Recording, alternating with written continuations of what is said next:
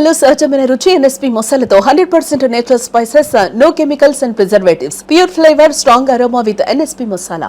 థియేటర్లలో ఊచకోత మొదలైంది. పాన్ ఇండియా మూవీగా వస్తున్నటువంటి అఖండ సక్సెస్ మార్క్ ని సాధించింది. కలెక్షన్స్ విషయంలో ఎన్నడూ ఊహించిన విధంగా బాలకృష్ణ కెరీర్ లోనే ఒక అద్భుతమైనటువంటి రికార్డ్ సెట్ చేయబోతుంది అనేటువంటి అభిప్రాయం వస్తుంది. నిజానికి ఈ సినిమా ట్రెండింగ్స్ ఎలా ఉన్నాయి, ట్రేడ్ ఎలా ఉంది తెలుసుకునే ప్రయత్నం చేద్దాం. మనతో పాటు ఫిల్మ్ క్రిటిక్, సీనియర్ జర్నలిస్ట్ ప్రభు గారు ఉన్నారు. ప్రభు గారు నమస్తే.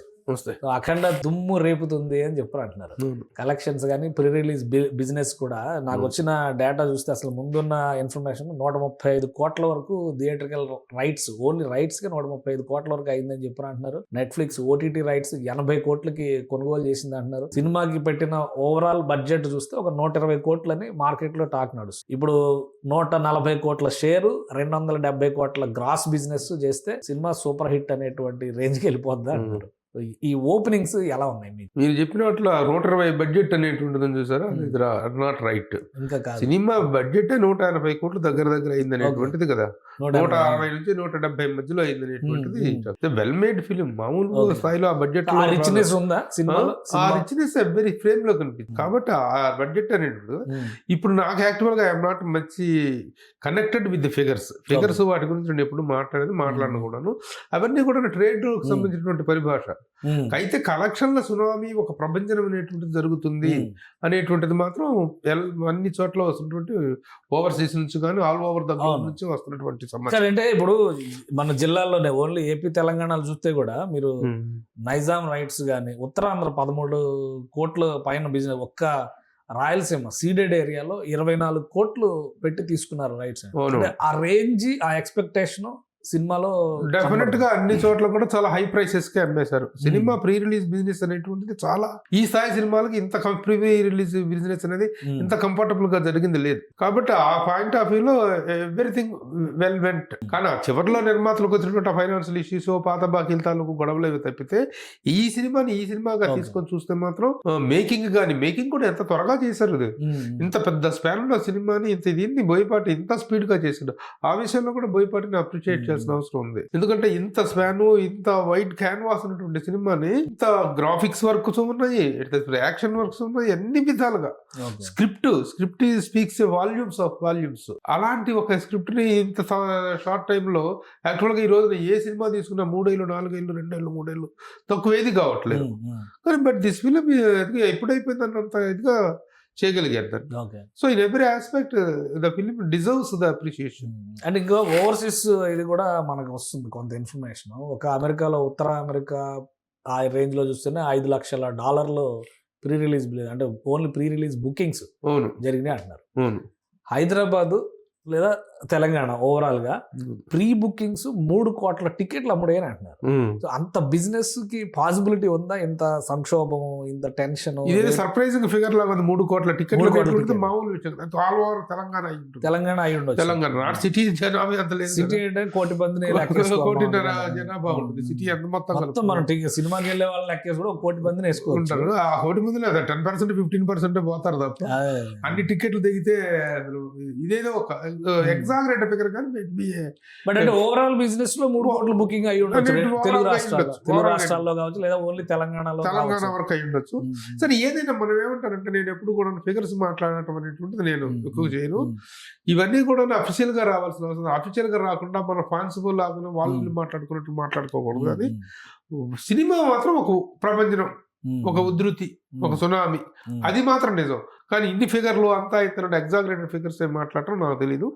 ఫిగర్స్ గురించి మాట్లాడుకోవచ్చు, ఎందుకంటే 1 వీక్ 10 డేస్ 15 డేస్ తర్వాత what is the overall gross, what is the overall net share ఎంత, గ్రాస్ ఎంత అనేటువంటి డీటెయిల్స్ పూర్తిగా వస్తాయి. కాబట్టి అవి అప్పుడు మాట్లాడుకోవచ్చు. సినిమా రిలీజ్ ముందర చాలా సస్పెన్స్ థ్రిల్లర్ నడిచింది. అవును, ఫైనల్ గా థియేటర్లకు వచ్చింది. రిలీజ్ చేసే క్రమంలో కూడా కొన్ని పాసిబిలిటీస్ మాట్లాడుకున్నారు. వేరే సినిమాలు ఉన్నాయి, ముఖ్యంగా అవతార్ వరల్డ్ వైడ్ రిలీజ్ ఉంది. రేపు 18 తారీఖు నుంచి మొత్తం ప్యాక్ అయిపోతుంది థియేటర్స్ అన్ని. ఇట్లాంటి అభిప్రాయంతోనే ఒకవేళ వెనక్కి పెడదామన్నా, లేదా క్రిస్మస్ కి రిలీజ్ చేద్దామన్నా, ఈ పాసిబిలిటీస్ అన్నింటినీ కూడా కాదు, ఇమ్మీడియట్ గా చేద్దామని 3 రోజుల్లో రిలీజ్ చేశాడు. ఇప్పుడు వచ్చింది, మంచి టాక్ వచ్చింది.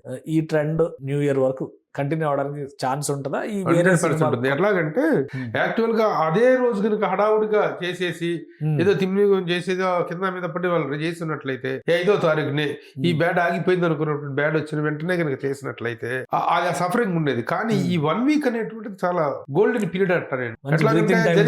టాక్ పెరిగిపోయింది, ఆగిపోయింది, బాలకృష్ణ అంత పెద్ద సినిమా ఆగిపోయింది అనే టాక్ పెరిగింది, మళ్ళీ వెంటనే 12th రావటం. దీనివల్ల మిగతా చిన్న సినిమాలకు నేను నలిగి ఇబ్బంది పడ్డాయి, వేరే విషయం. దానికి ఎవరి మీద చేయగలిగింది ఏం లేదు. కానీ ఇప్పుడు ఈ కంటిన్యూ ఏంటంటే ఇప్పుడు అవతారం వస్తుంది కానీ అవతారం వస్తే రావచ్చు, కానీ దాని ఇంపాక్ట్ అనేటువంటిది అఖండ తాలూకు సక్సెస్ మీద కానీ దాని రన్ మీద కానీ పడే అవకాశం లేదు.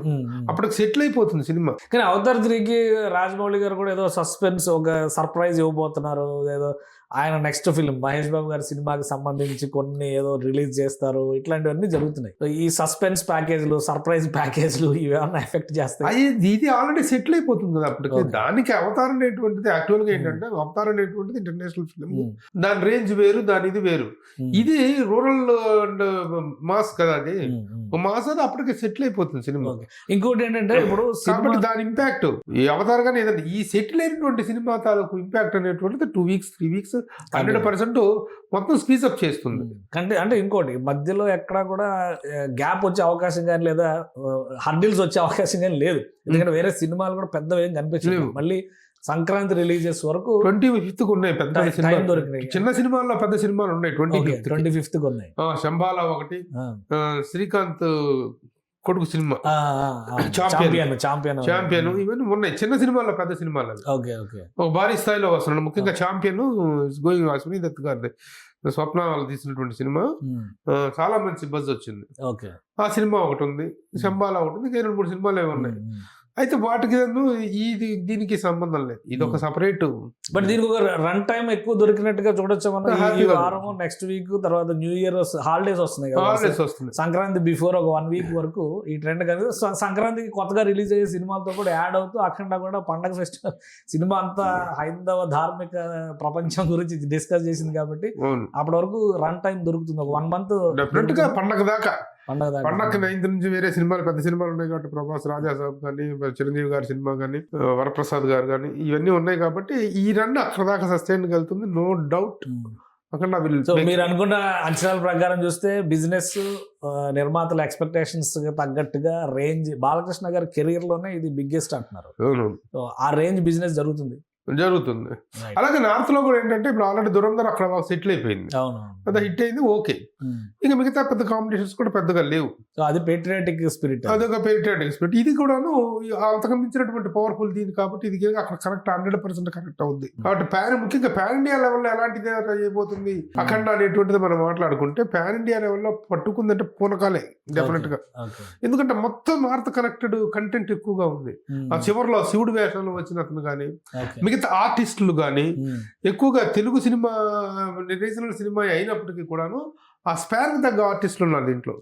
నేషనల్ స్పాన్ కి తగినటువంటి ఆర్టిస్టులు ఉన్నారు, పాన్ ఇండియాకి తగిన ఆర్టిస్టులు, ఆ కంటెంట్ ఉంది కాబట్టి అక్కడ పట్టిందంటే వైల్డ్ పేరు మామూలుగా ఉంటుంది. సో ఆ రేంజ్ బిజినెస్ కూడా డెఫినెట్ గా. థ్యాంక్ యూ ప్రభు గారు. అందరూ అదే అంటున్నారు 1000 కోట్ల మార్కెట్ టచ్ చేయడం అనేటువంటిది ఈజీ అనేటువంటిది. డెఫినెట్ గా ఇది ఇప్పుడు 1000 పుష్ప తర్వాత 1000 కోట్లు అనేది మార్కెట్ అనేటువంటి దాని మీద టార్గెట్ చేస్తున్నారు. టార్గెట్ ఒకరు చేస్తే అయ్యేది కాదు, అది సినిమాలో కనెక్ట్ అవుతుంది, దమ్ముంటే అయిపోతుంది. ఇది అందుకుంటే మాత్రం డెఫినెట్ గా 1000 అనేటువంటిది 1000 క్లబ్ అనేటువంటిది 1000 వాళ్ళ అయితే మాత్రం బాలకృష్ణ గారి కెరీర్ ఒక ఈ ఏజ్ లో ఆయనకి ఒక డబుల్ ధమాకా 50 years ఇండస్ట్రీ కదా. రైట్, థ్యాంక్ యూ ప్రభు గారు విశ్లేషణ అందించినది. ఇది పాన్ ఇండియా లెవెల్లో కనెక్ట్ అయ్యేటువంటిది, ముఖ్యంగా థియేటర్లలో పూనకాలు వచ్చేటువంటి సినిమా ఇది అని చెప్పని ప్రభు గారు చెప్తున్నారు. దానికి తగ్గట్టుగా 1000 కోట్ల టార్గెట్ రీచ్ అయ్యేటువంటి కెపాసిటీ ఉన్న కంటెంట్గా దీన్ని విశ్లేషిస్తున్నారు. ఇప్పటికే మార్కెట్ ట్రెండ్స్ని బట్టి చూస్తే కనుక బిజినెస్ బ్రహ్మాండంగా జరిగింది, నిర్మాతలు పడ్డ కష్టాలకి తగిన ఫలితం రాబోతుందని ప్రభు గారు విశ్లేషిస్తున్నారు. ఇది స్పెషల్ డిస్కషన్, కీప్ వాచింగ్.